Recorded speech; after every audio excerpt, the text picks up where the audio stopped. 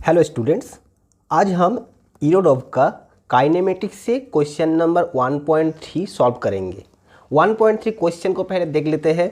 A car starts moving rectilinearly fast with acceleration omega equal to 5 metre per second square, then uniformly and finally decelerating at same rate omega अर्थात 5 metre per second square comes to stop. The total time of motion equal to 25 second, मतलब शुरू से लेकर शेष तक 25 second. The average velocity during the time is equal to 72 kilometre per our. How long does the car moves uniformly? अर्थात हमें uniform जो velocity है कितना टाइम तक था वो कैलकुलेट करना है। तो इस प्रॉब्लम को सॉल्व करने के लिए हमें दो मेथड हम अप्लाई कर सकते हैं। नंबर 1 है एनालिटिकल मेथड, मतलब इसको न्यूमेरिकली इसको सॉल्व करना, और दूसरा है ग्राफिकल मेथड अर्थात ग्राफ से इसको सॉल्व करना। तो ग्राफिकल मेथड यहाँ पर बहुत ही इजी होगा, तो इसीलिए हम इसको ग्राफिकल मेथड में सॉल्व करके तुम लोगों को दिखाएंगे। इसके लिए पहले हम जान लेते हैं, देखो यहाँ पर कि इसका एवरेज वेलोसिटी कितना है। एवरेज वेलोसिटी जो दिया गया है वो है v equal to 72 kilometre per hour. तो इसको अगर हम मीटर पर सेकेंड कन्वर्ट करेंगे तो 72 किलोमीटर का मतलब है 72,000 मीटर, और 1 आवर का मतलब होता है 3600 सेकेंड, मतलब ये हो जाएगा हमारा 20 metre per second. 20 metre per second जो आया ये है हमारा एवरेज वेलोसिटी। अर्थात हम बोल सकते हैं, देखो यहाँ पर टोटल टाइम जो है, टोटल टाइम है 25 सेकेंड और एवरेज वेलोसिटी जो है वो है 20 मीटर पर सेकेंड। अर्थात यहाँ पर टोटल जो डिस्प्लेसमेंट हुआ है, टोटल डिस्प्लेसमेंट अर्थात कितना डिस्टेंस ट्रैवल किया, total distance travel is equal to होगा वेलोसिटी इनटू टाइम, मतलब 20 metre per second into 25 second, अर्थात ये हो गया 500 मीटर। तो टोटल डिस्टेंस जो ट्रैवल किया वो हो गया 500 मीटर। अब हम क्या करेंगे, अब हम इसका वेलोसिटी टाइम ग्राफ ड्रॉ करेंगे, और क्योंकि हमें पता है कि वेलोसिटी टाइम ग्राफ का जो एरिया होता है वो डिस्प्लेसमेंट के साथ इक्वल होता है, अर्थात वो 500 मीटर जो है उसका एरिया होगा। अब हम according to the given problem हम इसका ग्राफ ड्रॉ करेंगे। तो इधर हम ग्राफ ड्रॉ करते हैं, इधर मान लो हमने वेलोसिटी का एक्सिस ले लिया और इधर जो है हमने टाइम का एक्सिस ले लिया। तो इधर टाइम को हम सेकंड में रिप्रेजेंट करेंगे, इधर हम वेलोसिटी को मीटर पर सेकंड में रिप्रेजेंट करेंगे। पहले उसका थोड़े टाइम के लिए एक्सेलरेशन, तो यहाँ तक एक्सेलरेशन था। एक्सेलरेशन के बाद वो थोड़ा टाइम के लिए यूनिफॉर्म वेलोसिटी था, और फिर सेम रेट में उसका डी एक्सेलरेशन हुआ। अर्थात यहाँ पर जितना एंगल होगा सेम एंगल में उसका डी एक्सेलरेशन भी होगा, दोनों बराबर। अब देखो यहाँ पर जो टाइम को हम बांटेंगे वो टाइम कितना होगा, तो यहाँ पर हम टाइम को 3 स्लॉट में बांट लेंगे। पहला स्लॉट जो है यहाँ पर टाइम मान लो T1, दूसरा स्लॉट जो है वहाँ पर टाइम है T2, और तीसरा स्लॉट यहाँ पर भी टाइम जो होगा वो T1 होगा, क्योंकि ये हाइट सेम है और ये रेट ऑफ एक्सेलरेशन और रेट ऑफ डिसलरेशन दोनों ही सेम है। अर्थात यहाँ पर टोटल टाइम जो है वो देखो 2T1 प्लस T2, ये इक्वल टू हमें मिल गया 25 सेकेंड। अर्थात यहाँ से हम लिख सकते हैं कि T2 जो टाइम होगा वो होगा 25 माइनस 2T1। अब क्वेश्चन को अगर हम देखें, क्वेश्चन में बोला गया है कि कितने टाइम के लिए वो यूनिफॉर्म वेलोसिटी में मूव किया था।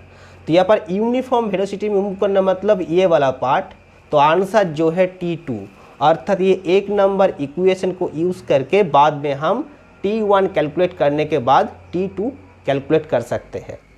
अब देखो यहाँ पर बोला गया है कि जो एक्सेलरेशन था उस कार का वो है 5 मीटर पर सेकेंड स्क्वायर, अर्थात एक्सेलरेशन वेलोसिटी टाइम ग्राफ जो होता है उसका जो स्लोप होता है वो स्लोप इक्वल टू होता है एक्सेलरेशन।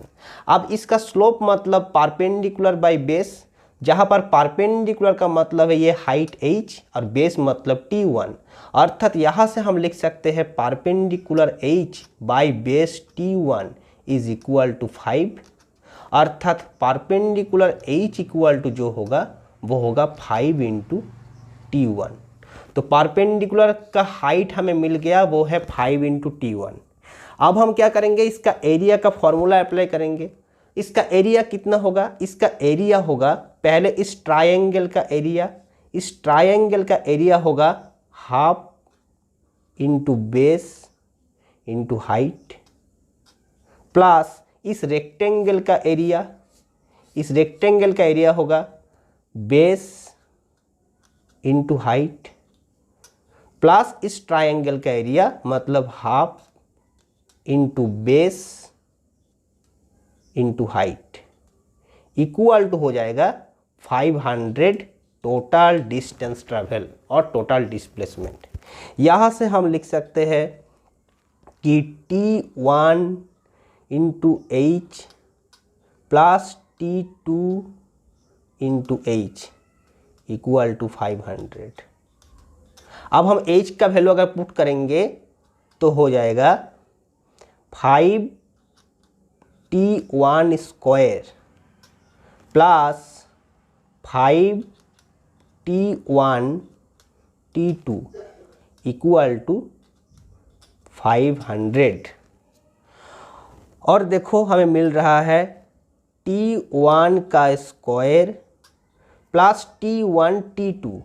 अब हम क्या करेंगे, T2 को रिप्लेस करेंगे इस इक्वेशन से, मतलब 25 माइनस 2T1, ये इक्वल टू हो जाएगा, हमने 5 से डिवाइड किया सारे टर्म को तो ये हो जाएगा 100। और इधर से हम लिख सकते हैं देखो कि T1 स्क्वायर और यहाँ पर माइनस 2T1 स्क्वायर मतलब माइनस T1 का square plus 25T1 equal to हो जाएगा 100, और T1 square minus 25T1 plus 100 equal to हो जाएगा 0। अब हमें इसको सॉल्व करना है। इसको सॉल्व करके हमें फाइनल आंसर जो है वो मिल जाएगा T1 इक्वल टू कितना है, और जब T1 हमें मिल जाएगा तो हम T2 यहाँ से कैलकुलेट कर सकते हैं। तो यहाँ पर T1 का वैल्यू कितना होगा, T1 का वैल्यू होगा देखो माइनस b मतलब 25 plus minus root over b square मतलब 25 का स्क्वायर हो जाएगा 625 माइनस 4ac मतलब 400/2, और यहाँ से मिल रहा है 25 प्लस माइनस रूट ओवर 225/2, ये इक्वल टू हो जाएगा 25 प्लस माइनस 15/2, मतलब हमारा दो पॉसिबल आंसर आ गया T1 का।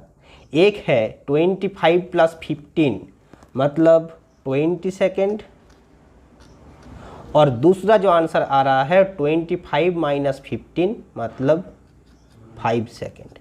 अब देखो अगर T1 20 है तो ये वाला पार्ट 20, ये वाला पार्ट 20, मतलब T1 और T1 दोनों मिला के क्या हो गया है 40 हो रहा है।